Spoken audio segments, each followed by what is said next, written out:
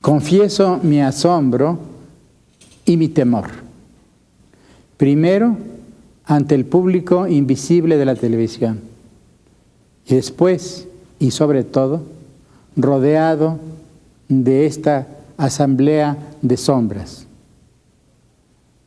Sombras que no son nada más fantasmas, porque yo dialogo con ellos con frecuencia a través de sus libros y también a través de las imágenes de mi memoria.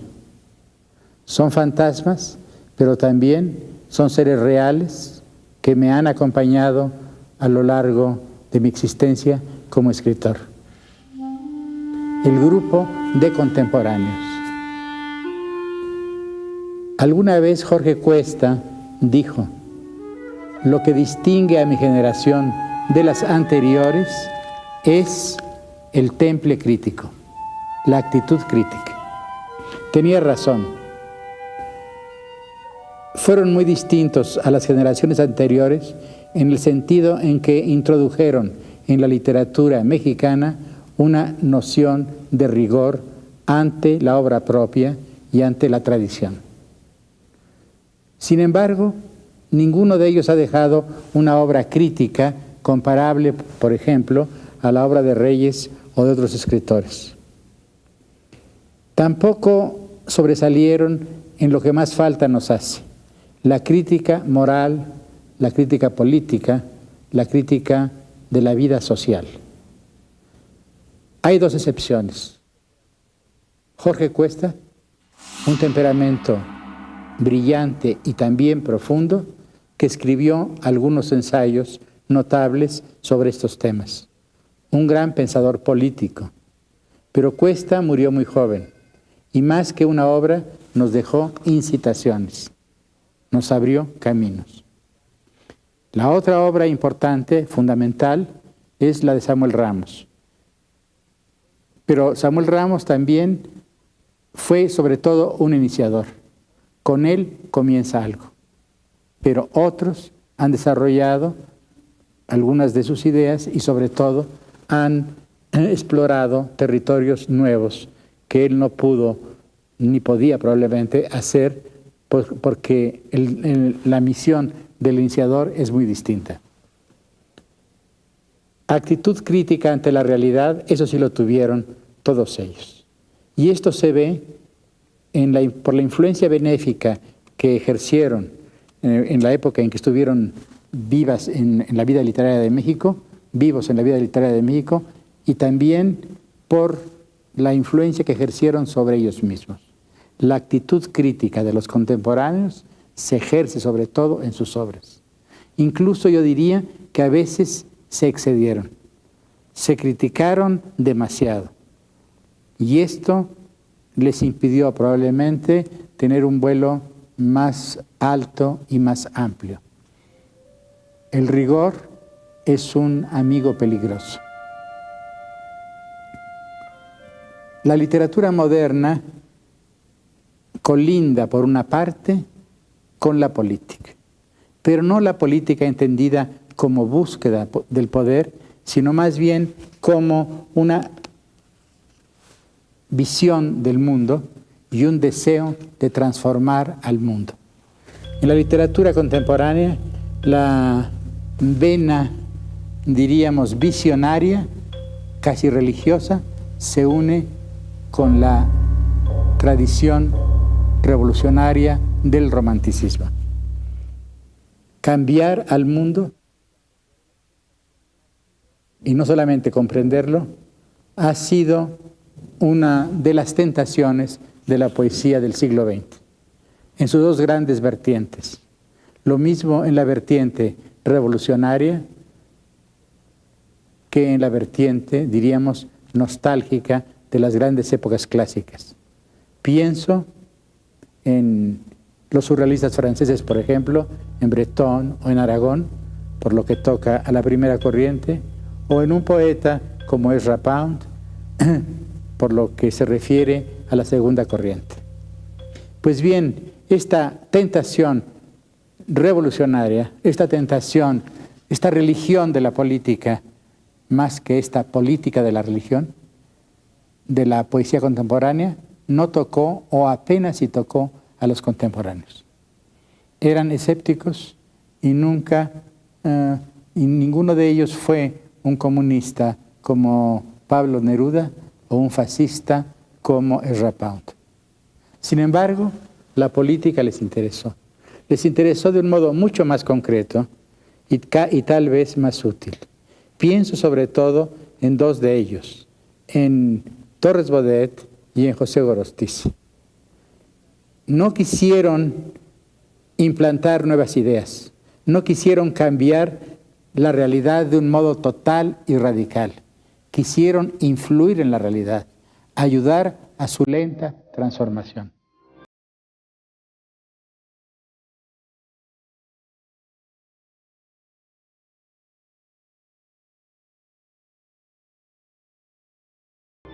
A través de Jorge Cuesta conocí a José Gorostiza hacia 1935, pero nuestra amistad comenzó realmente 10 años después, en San Francisco, en 1945. Fue el año de la fundación de las Naciones Unidas y José Gorostiza era miembro de la delegación mexicana a esa reunión internacional. Por mi parte, yo vivía una vida un poco vagabunda y errante en los Estados Unidos, desempeñando toda clase de trabajos según lo dictaba los accidentes, los azares de la vida y mis necesidades personales. Fueron años difíciles, pero también fecundos. En San Francisco busqué a Gorostiza, se acordó inmediatamente de mí y nos hicimos amigos. Paseábamos con frecuencia, prefería a veces conversar conmigo que con sus amigos diplomáticos. Conversaciones inolvidables, en noches también inolvidables y en cierto modo interminables. Hablábamos, claro está, de política internacional, era el tema del día, pero sobre todo hablábamos de literatura, de poesía y también de los hechos diarios de la vida, que es lo más importante y que a él y a mí nos interesaban mucho. Descubrimos que teníamos gustos semejantes, que nos gustaba la poesía de Rilke, que admirábamos el pensamiento de Valéry, su rigor intelectual, y también, con asombro, vi que a él como a mí nos interesaba el otro lado del mundo, el mundo oriental, que era un lector de Chuang Tzu como yo. Y para mí, en aquella época, Chuang Tzu era el maestro, el guía que me iluminaba en esos momentos en que yo no sabía qué camino iba a seguir finalmente. Años después volví a ver a Gorostiza. Él era un alto funcionario de la Secretaría de Relaciones Exteriores y yo también trabajaba en relaciones. Yo volví a México en 1953 y entre ese año y 1958, es decir, cerca de 5 años, lo vi con frecuencia, casi todos los días. Él era el subsecretario de Relaciones y yo trabajaba en relaciones. Conversábamos casi todos los días, pero no únicamente de temas burocráticos, aunque a él le interesaba hacer bien su trabajo. Conversar con Gorostiza era una experiencia singular. Era una inteligencia lenta y profunda, con ademanes reposados y entre pausas reflexivas, modelaba poco a poco sorprendentes pájaros que de pronto se echaban a volar. Eran ideas y eran también criaturas verbales, criaturas hechas de reflejos. Conversar con Gorostiza era pasearse por un país de espejos y reverberaciones, el país de la inteligencia vuelta transparencia. Era un hombre del altiplano, reservado y melancólico, pero también afable, irónico, cortés. Tenía gracia lo que decía. Su mirada era penetrante y sus palabras penetraban aún más profundamente. Era escéptico, pero era generoso. Yo le debo mucho, muchas horas de conversación, muchas horas de amistad. A veces le pedí consejos y siempre me los dio con cordura y sabiduría, lo cual prueba una vez más que el pesimista no es el que odia la vida. El pesimista nos enseña a amar a la vida a pesar de todo. Gorostiza, este poeta en cierto modo hermético, mostró que la poesía más difícil y más estricta podía convivir con un temperamento diplomático de gran distinción. La obra de Torres Bodet, en medio de la Secretaría de Educación Pública y en la de Relaciones Exteriores de México, fue notable. A los dos, a Gorostiza y a Torres Bodet, la política de México, la historia de México, les debe mucho. La mayor parte de los poetas de esta generación sufrieron al comenzar la influencia de González Martínez. Como ellos, Jaime Torres Bodet la abandonó pronto, pero a diferencia de ellos, retuvo la sensibilidad mesurada que la animaba, meditabunda y a ratos moralizante. Animado por Tablada y Pellicer, publicó Biombo en 1925, pero su mejor poesía es la de Cripta, de 1937.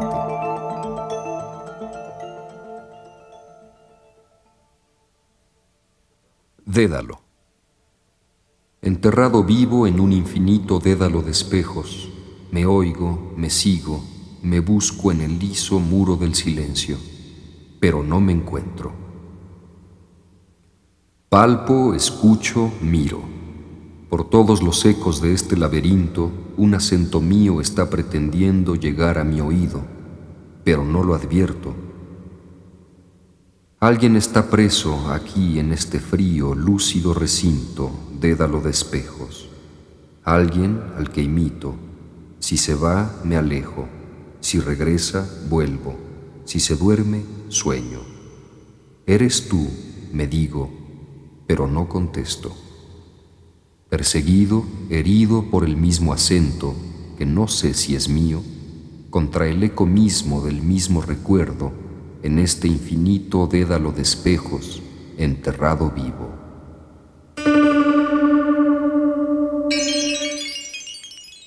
Otro de los grandes temas de la generación de contemporáneos fue el tema de la universalidad del arte. En aquella época, como ahora, el nacionalismo era una suerte de fiebre, a veces maléfica, a veces benigna, en el temperamento mexicano. Y ellos fueron acusados de traidores, de cosmopolitas, de extranjerizantes, de poco mexicanos. Fue una acusación muy injusta.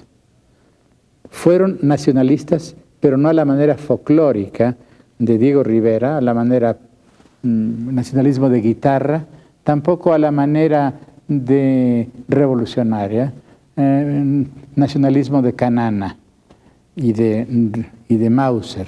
Su nacionalismo venía de la tradición liberal y su nacionalismo se expresó sobre todo por el deseo de modernizar a México. En esto, la generación de contemporáneos es heredera de los grandes reformadores de la cultura hispánica. En primer lugar, de los grandes liberales de la época de Carlos III. En segundo lugar, de los liberales mexicanos, que también quisieron abrir las ventanas y las puertas de México para que circulase el aire universal, el aire de la cultura universal. Y esto lo hicieron los contemporáneos, sobre todo en el dominio que era más importante en ese momento, en el dominio, en la esfera de la literatura y del arte.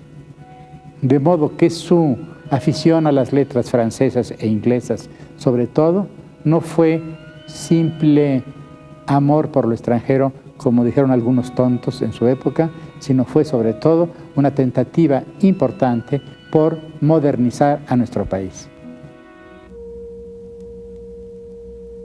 Uno de ellos, Bernardo Ortiz de Montellano, dijo una frase sobre la que valdría la pena reflexionar.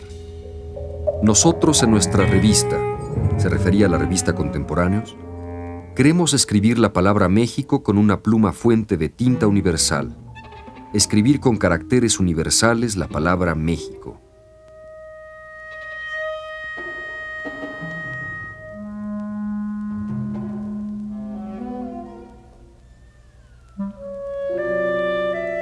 Durante los años en que estudié el bachillerato de Filosofía y Letras en la Escuela Nacional Preparatoria, que en aquella época estaba en el antiguo edificio de San Ildefonso, conocí a algunos de los poetas y escritores del grupo que llamamos Contemporáneos, por la revista de ese nombre. Al primero que conocí fue a Carlos Pellicer. Fue en 1931. Era nuestro maestro de literatura hispanoamericana. Acudimos a su clase con gran interés y simpatía. No solo sabíamos que era uno de los grandes poetas de México, sino que también admirábamos su conducta durante la época de la campaña vasconcelista. Sabíamos que había participado en esa cruzada al lado de Vasconcelos y que había sufrido persecución y cárcel. Pellicer fue un maestro fuera de lo común, un poco pintoresco, un poco teatral. Su clase no era una clase nada más, era un espectáculo. A veces un espectáculo cómico, nos hacía reír con aquella voz sonora suya, voz de montaña, voz de agua que viene de lejos, pero también nos hacía soñar y nos abría perspectivas inusitadas. Espectáculo, juego y fuego de artificios. Juego poético en suma. Las fronteras entre la realidad y la ficción desaparecían en aquella hora de clase. Después de la clase, después de habernos hablado de Lugones y de habernos leído poemas de Rubén Darío, caminábamos por los viejos corredores de la preparatoria y a veces lo visitábamos en su casa en las lomas de Chapultepec. Desde la ventana de su habitación veíamos el paisaje. En aquella época todavía no era esta acumulación de la Ciudad de México. Y Pellicer, que nos enseñó tantas cosas, a mí me abrió los ojos para ver las colinas, los valles, las montañas, los ríos, para ver el paisaje. El espectáculo siempre renovado de la naturaleza. Pellicer tiene los ojos en las manos. El mundo que nos entrega es un mundo mejor que el nuestro, más fresco e inocente, ya sin polvo, ni sangre, ni odio, recién salido del baño, acabado de pintar, acabado de nacer. Pellicer fue un inspirado, un entusiasmado por la naturaleza y sus prodigios, un entusiasmado que tuvo el don de contagiar su entusiasmo. A nosotros también nos enamora esa poesía que hace volar al mundo y convierte en nube a la roca, en lluvia al bosque, al charco en constelación. Palabra papalote, palabra hélice, palabra piedra para apedrear al cielo. Cada vez que leo a Pellicer veo de verdad. Oigámosle. Recuerdos de Isa. Creeríase que la población, después de recorrer el valle, perdió la razón y se trazó una sola calle. Y así bajo la cordillera se apostó febrilmente, como la primavera. En sus ventas de alcohol está mezclado con sol. Sus mujeres y sus flores hablan el dialecto de los colores. Y el riachuelo que corre como un caballo arrastra las gallinas en febrero y en mayo. Pasan por la acera lo mismo el cura que la vaca y que la luz postrera. Aquí no suceden cosas de mayor trascendencia que las rosas.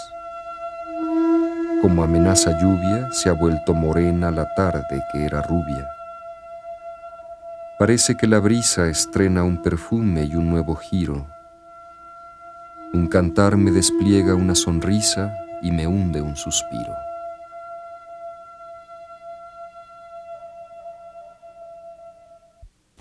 Grupos de palomas. Los grupos de palomas, notas, claves, silencios, alteraciones, modifican el ritmo de la loma. La gris es una joven extranjera cuyas ropas de viaje dan aire de sorpresas al paisaje, sin compradoras y sin primaveras. Hay una casi negra que bebe astillas de agua en una piedra.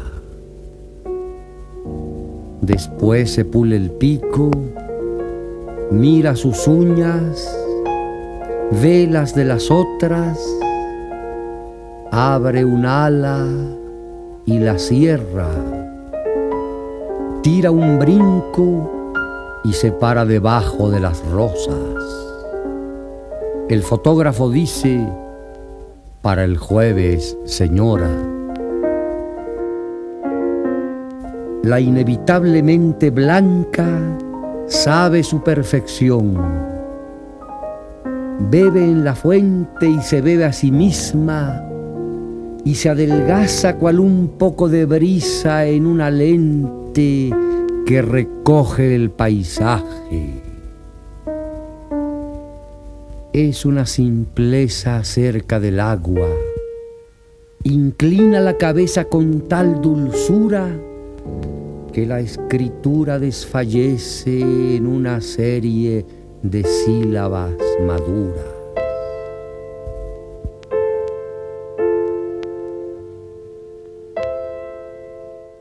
Durante ese mismo año de 1931 apareció una pequeña revista, la eterna revista de los jóvenes que aspiran a ser escritores. Se llamaba Barandal y la hicimos 4 amigos en la Escuela Nacional Preparatoria: Rafael López Malo, Salvador Toscano, Arnulfo Martínez Lavalle y yo. En ella colaboraban otros jóvenes de nuestra edad o un poco mayores, como José Alvarado, Enrique Ramírez y Ramírez, Manuel Moreno Sánchez, Manuel Rivera Silva, Raúl Vega y otros más. Admirábamos a Pellicer, pero también a sus amigos, a Novo y a Villaurrutia. Decidimos publicar unos suplementos literarios con poemas y textos de estos poetas y de otros más. Con ese motivo visitamos a Salvador Novo, que en aquella época era director del departamento editorial de la Secretaría de Educación Pública. Su oficina estaba en la planta baja de Educación, era una oficina minúscula, compuesta de 2 habitaciones. Una, su privado. Otra, también muy pequeña, en la cual trabajaban a sus órdenes 2 escritores, Javier Villaurrutia y Efrén Hernández. Alto, un poco caído de hombros, ya ligeramente obeso, Salvador Novo reinaba sobre sus 2 amigos y subordinados con una mezcla indefinible de cortesía y de insolencia. Vestía trajes claros y amplios, a la moda de entonces, más como un alto empleado de una compañía norteamericana que como un dandy mexicano. En aquel México lleno de supervivencias del siglo XIX, Novo proclamaba su decidida voluntad de ser moderno. Nos azoraban sus corbatas tanto como sus juicios atrevidos, sus zapatos bayos como sus gustos literarios, sus paradojas como su pelo untado de Steacon. Su programa era asombrar e irritar. Lo conseguía. Nos asombraba, nos irritaba, nos escandalizaba, nos deslumbraba. Novo era brillante adrede, instante de la poesía, poesía instantánea.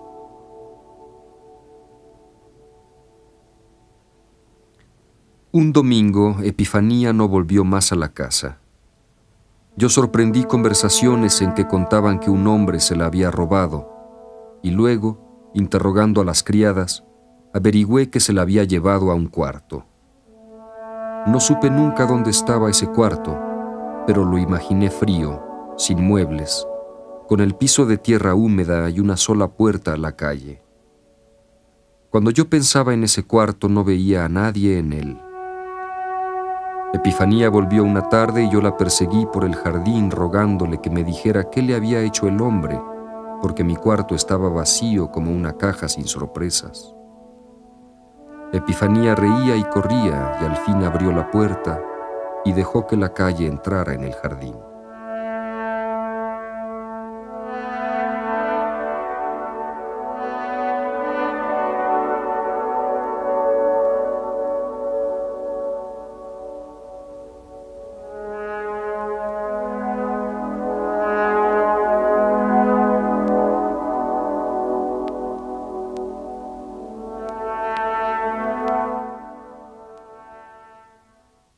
El amigo Ido.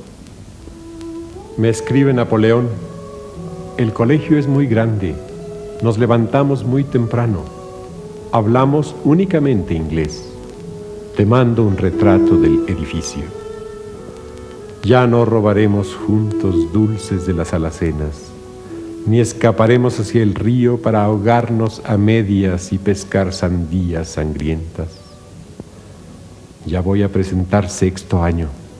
Después, según todas las probabilidades, aprenderé todo lo que se deba. Seré médico, tendré ambiciones, barba, pantalón largo. Pero si tengo un hijo, haré que nadie nunca le enseñe nada. Quiero que sea tan perezoso y feliz como a mí no me dejaron mis padres, ni a mis padres mis abuelos, ni a mis abuelos Dios.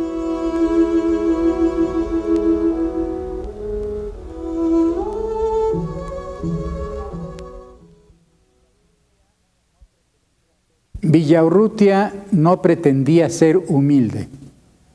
Al contrario, no bajaba la cabeza, la levantaba con un aire entre curioso y desdeñoso, un aire de pájaro que mide sus distancias, define su espacio. Una persona celosa de su intimidad. Este era quizá el secreto de su reserva y también de su perfecta cortesía. Le servía para marcar sus distancias con los otros y con el mundo. Estética de la discreción, estética de la clase media mexicana alta. Este mismo gusto por la mesura lo llevaba a vestirse con elegancia, pero con sobriedad. Lo contrario de Novo, no trajes ostentosos a la última moda, sino más bien trajes azules, oscuros. Lo que siempre me asombró fue la blancura de sus camisas y demasiado amplias, por las que en el cuello aparecía de pronto otra vez su delgadez, ese aire de pájaro que nunca lo abandonó.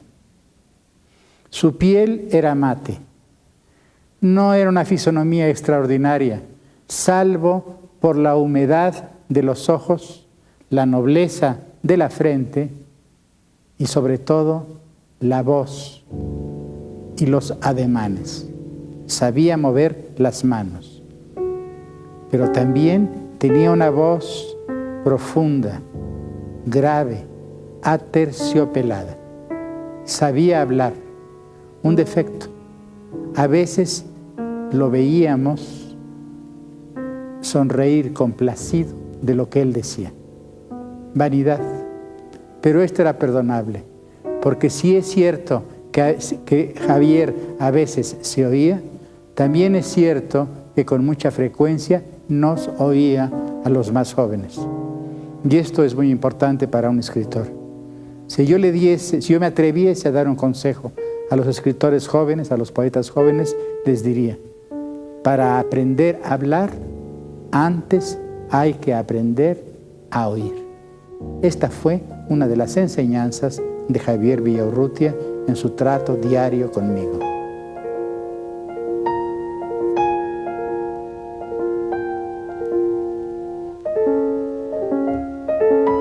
En 1935 conocí a Jorge Cuesta.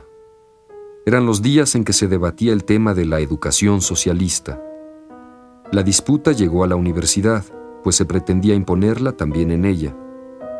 El Consejo Universitario discutió con pasión el asunto y una mañana sus bóvedas resonaron con la artillería pesada de los discursos de Antonio Caso y Vicente Lombardo Toledano, los dos capitanes, acompañados por los tiroteos y las salvas de Diego Rivera, Jorge Cuesta y otros. Los estudiantes nos agolpábamos en los patios y los corredores del edificio. Para evitar tumultos, nos habían prohibido la entrada al salón del consejo. La lenta marea humana me empujó insensiblemente hacia las puertas precisamente en el momento en que salía Jorge Cuesta. Al verlo frente a mí, alto, delgado, elegante, vestido de gris, rubio, ojos de perpetuo asombro, labios gruesos, nariz ancha, extraña fisonomía de inglés negroide, me atreví a interpelarlo y le lancé una impertinencia. Así comenzó, en medio de la multitud y los gritos, una conversación entrecortada. A los pocos minutos dijo: ¿Le interesa mucho lo que ocurre aquí? No demasiado. ¿Y a usted? Tampoco. Lo invito a comer.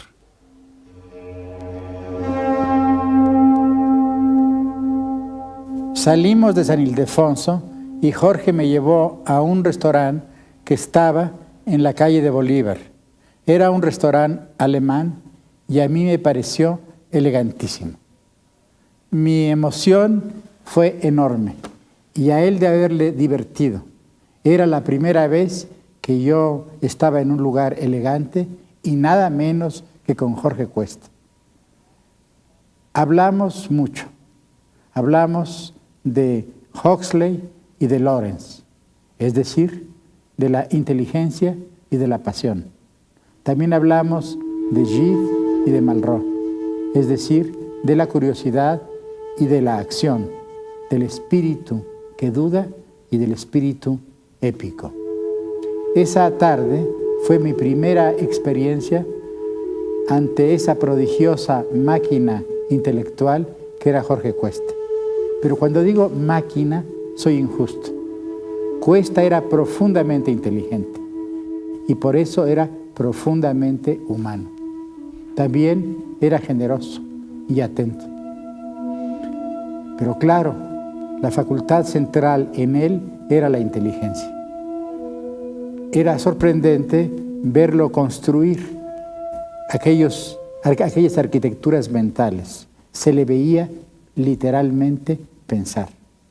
Y lo más terrible es que aquellas construcciones tan puras, tan perfectas, tan aéreas, se disipaban con el humo del cigarrillo en la conversación. Poco quedó de estas grandes conversaciones, excepto en la memoria de sus amigos. Yo he conocido a mucha gente inteligente, pero en todos ellos he observado que la inteligencia está siempre al servicio de esto o de aquello, una idea, una pasión, un interés, una utopía. Jorge Cuesta no. En Jorge Cuesta ocurría lo contrario. No se servía de la inteligencia, era el servidor de su inteligencia. Mejor dicho, era el servidor de la inteligencia. Fue una inteligencia afilada con la que penetró en la realidad y se hirió a sí mismo. En su memoria escribí 2 sonetos. Leeré el segundo. El que habla en el poema no soy yo, sino Cuesta, el enamorado, no de la muerte, como se ha dicho, sino de la razón. Prófugo de mi ser, que me despuebla la antigua certidumbre de mí mismo, busco mi sal, mi nombre, mi bautismo, las aguas que lavaron mi tiniebla. Me dejan tacto y ojos solo niebla, niebla de mí, mentira y espejismo. ¿Qué soy sino la cima en que me abismo? ¿Y qué sino el no ser lo que me puebla? El espejo que soy me deshabita, un caer en mí mismo inacabable, al horror de no ser me precipita, y nada queda sino el goce impío de la razón cayendo en la inefable y helada intimidad de su vacío.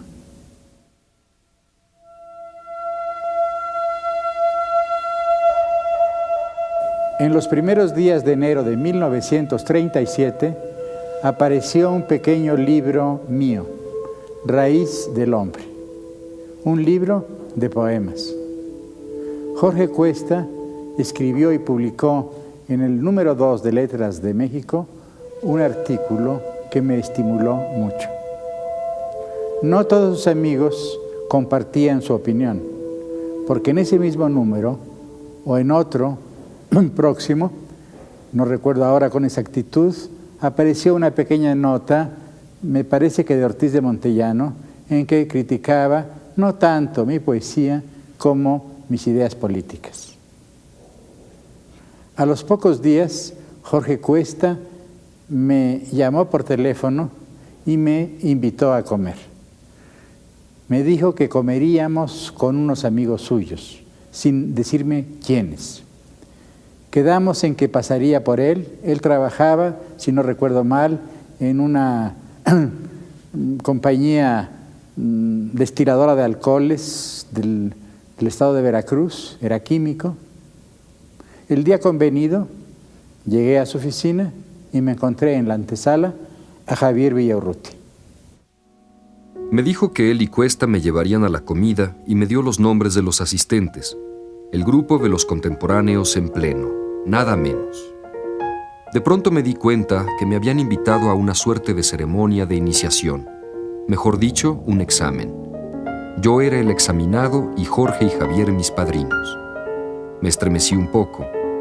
Tomamos un taxi y el taxi nos llevó a un restaurante que estaba a la entrada del bosque de Chapultepec, enfrente del bosque, cerca del actual mercado de flores. El restaurante se llama El Cisne. Allí estaban ya algunos de los contemporáneos. Lo recuerdo perfectamente. Aparte de Cuesta y Villaurrutia, Torres Bodet, Ortiz de Montellano, Octavio Barreda, Pepe Gorostiza, Celestino Gorostiza, Enrique González Rojo. Los únicos que faltaban eran Novo, Pellicer y Gilberto Owen, el mítico Owen que en aquella época vivía en Colombia.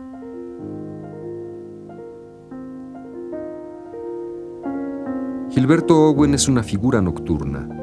El surrealismo, el mundo del sueño, despunta en su obra. Tal vez no cerró los ojos del todo, o los cerró pero muy poco tiempo, pero en sus poemas en prosa, el idioma español habla como un sonámbulo, sin tropezar jamás con las palabras.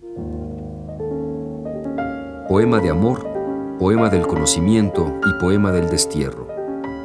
3 ausencias, la de la persona querida, la del saber y la de la tierra natal. Sindbad el varado podría llamarse también Sindbad el desterrado. Día 17. Nombres. Preso mejor. Tal vez así recuerde otra iglesia, la Catedral de Tasco, y sus piedras que cambian de forma con la luz de cada hora.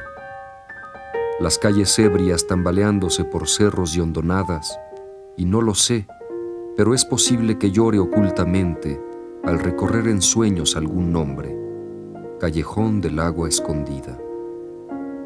O bajaré al puerto nativo donde el mar es más mar que en parte alguna, blanco infierno en las rocas y torcaza en la arena, y amarilla su curva femenil al poniente, y no lo sé, pero es posible que oiga mi primer grito al recorrer en sueños algún nombre, el paseo de cielo de palmeras.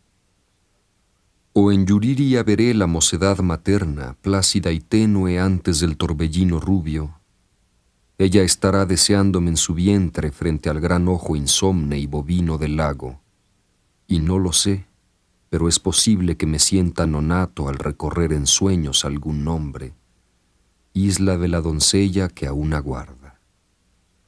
O volveré a leer teología en los pájaros a la luz del nevado de Toluca. El frío irá delante como un hermano más esbelto y grave, y un deshielo de dudas bajará por mi frente. No lo sé, pero es posible que me mire a mí mismo al recorrer en sueños algún nombre, la calle del muerto que canta.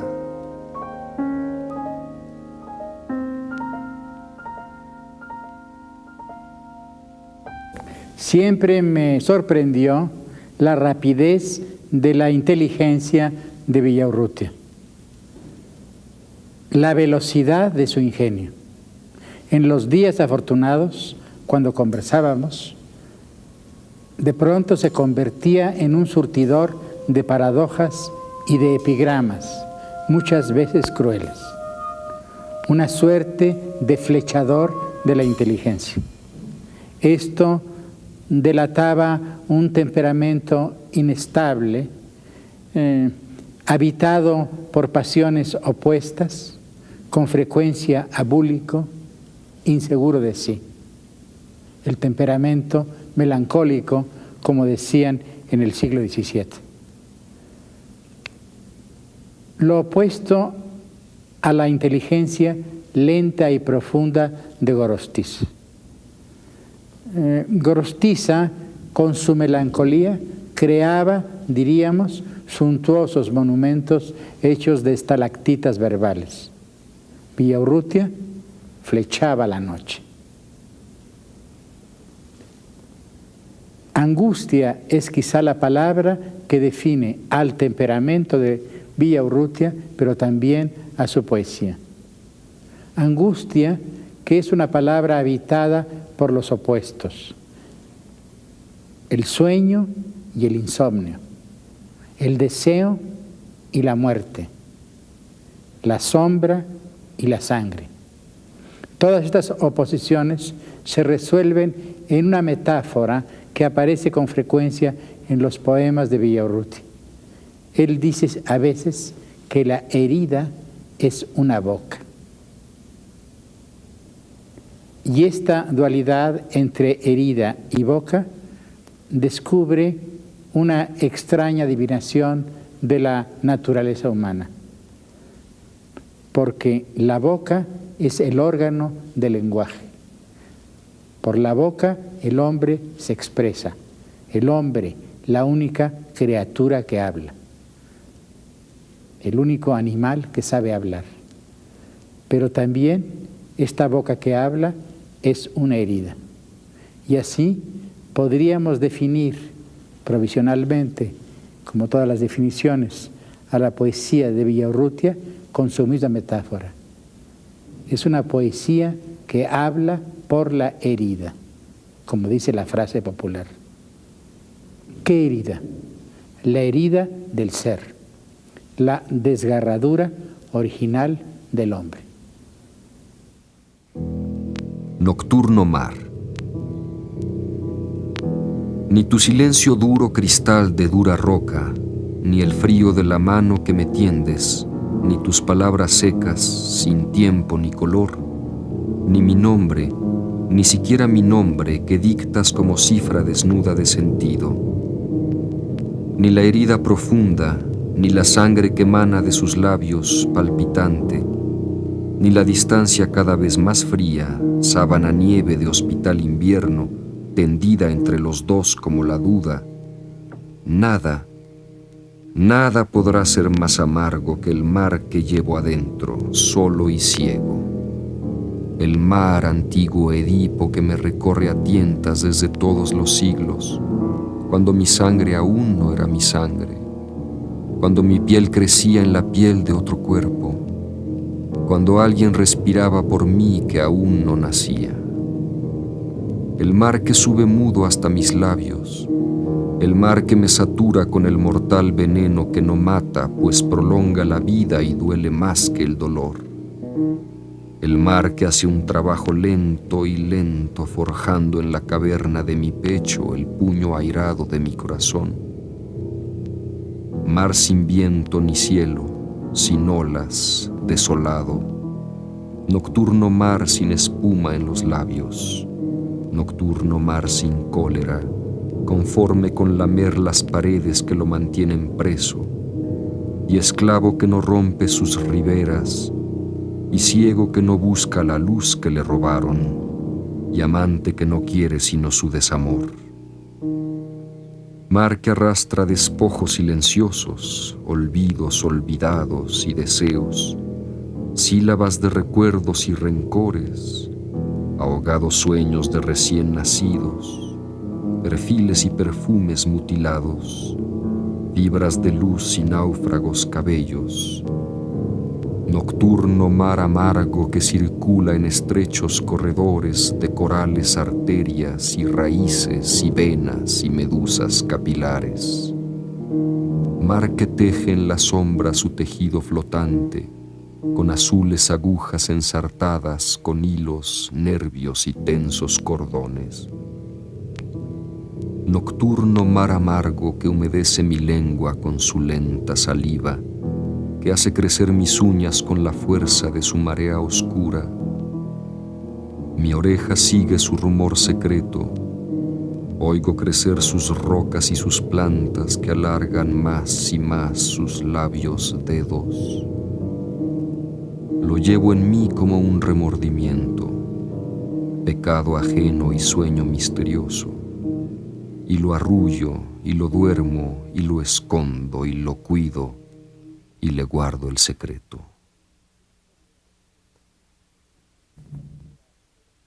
Si pienso en la herencia del grupo Contemporáneos, veo dos cosas.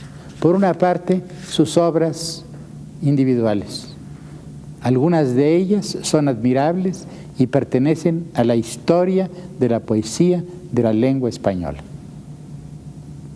Pero también nos hemos heredado de ellos varias actitudes que a mí me parecen esenciales y que es necesario defender. La primera es este universalismo que no está reñido con el nacionalismo. Ellos nos enseñaron, como antes, hay que reconocerlo, la generación del Ateneo y también los modernistas desde Gutiérrez Nájera, que la afición a los grandes descubrimientos de la literatura y del arte universal no está reñida con el amor a lo propio. Universalidad y nacionalismo no son términos opuestos, son vasos comunicantes, diríamos. La segunda herencia, quizá aún más importante, es la defensa de la libertad. Hablé antes de la tentación que sufrieron muchos poetas del siglo XX, la tentación de los grandes absolutos históricos, enmascarados con los nombres de socialismo o de fascismo o cualquier otra idea más o menos pretendidamente universal. Ellos defendieron algo mucho más íntimo y al mismo tiempo mucho más concreto. No las ideas absolutas, sino la libertad individual.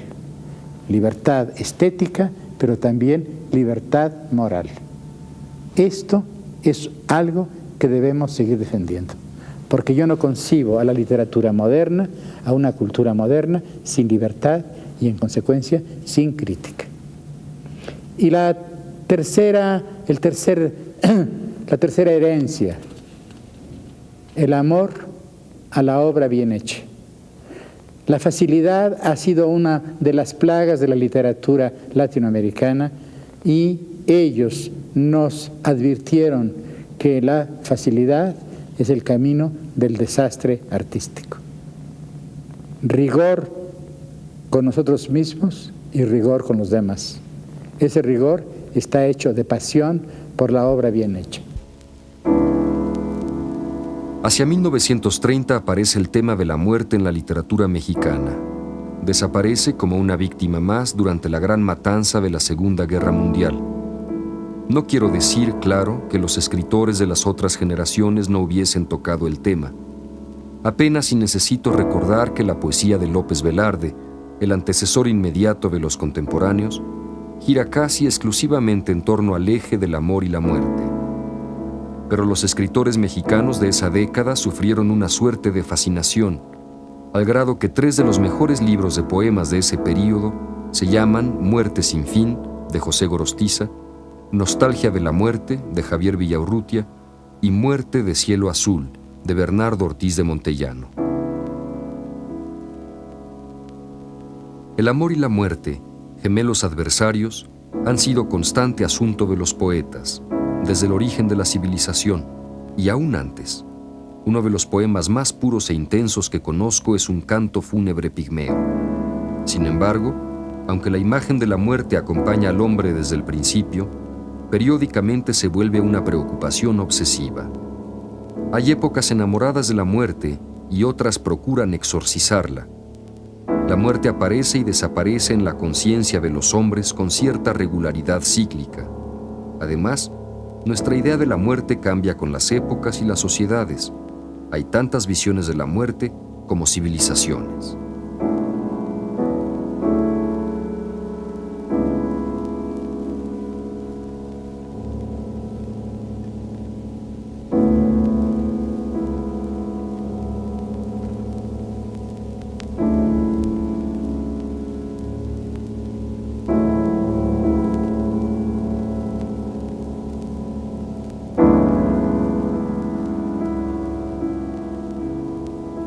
La actitud de los contemporáneos ante la muerte tuvo que ver con el clima intelectual y espiritual de la época en que vivieron.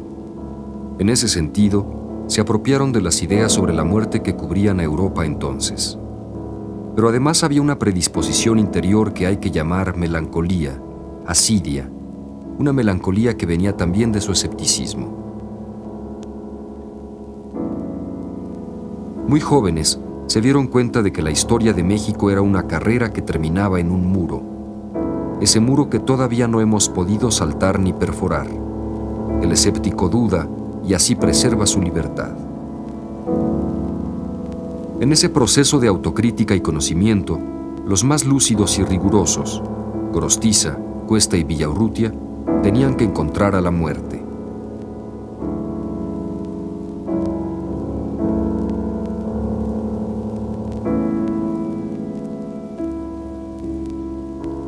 El tiempo cesa de manar y se recoge en sí mismo como un grano de electricidad.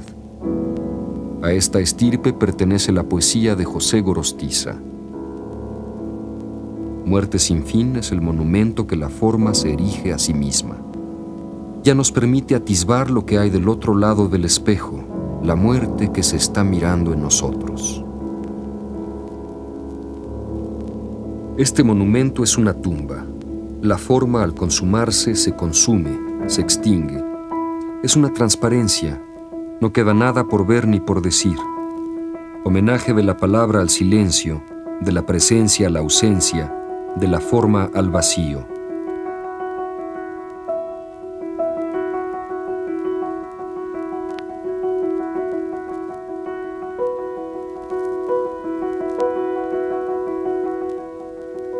Tan, ¿quién es? Es el diablo.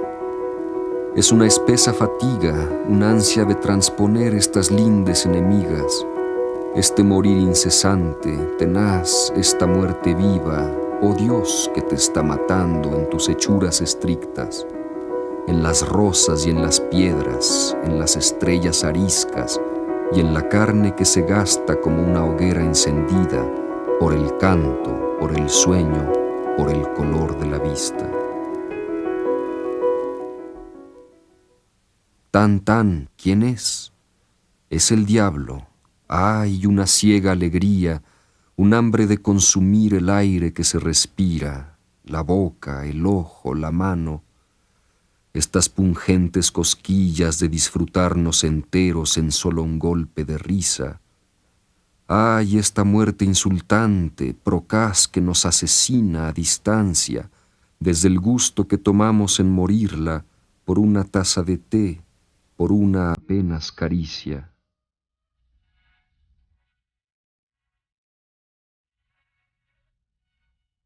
Tan, tan, ¿quién es? Es el diablo. Es una muerte de hormigas incansables que pululan, oh Dios, sobre tus astillas, que acaso te han muerto allá, siglos de edades arriba, sin advertirlo nosotros, migajas, borra, cenizas de ti, que sigues presente como una estrella mentida por su sola luz, por una luz sin estrella, vacía, que llega al mundo escondido su catástrofe infinita. Desde mis ojos insomnes mi muerte me está acechando. Me acecha, sí, me enamora con su ojo lánguido. Anda, putilla del rubor helado, anda, vámonos al diablo.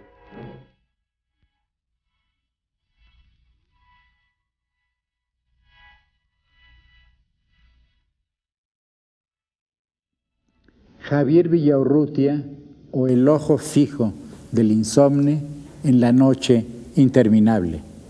José Gorostiza o La gota de agua que cae y taladra la roca, el cerebro y la conciencia en vela. La gota de agua del pensamiento.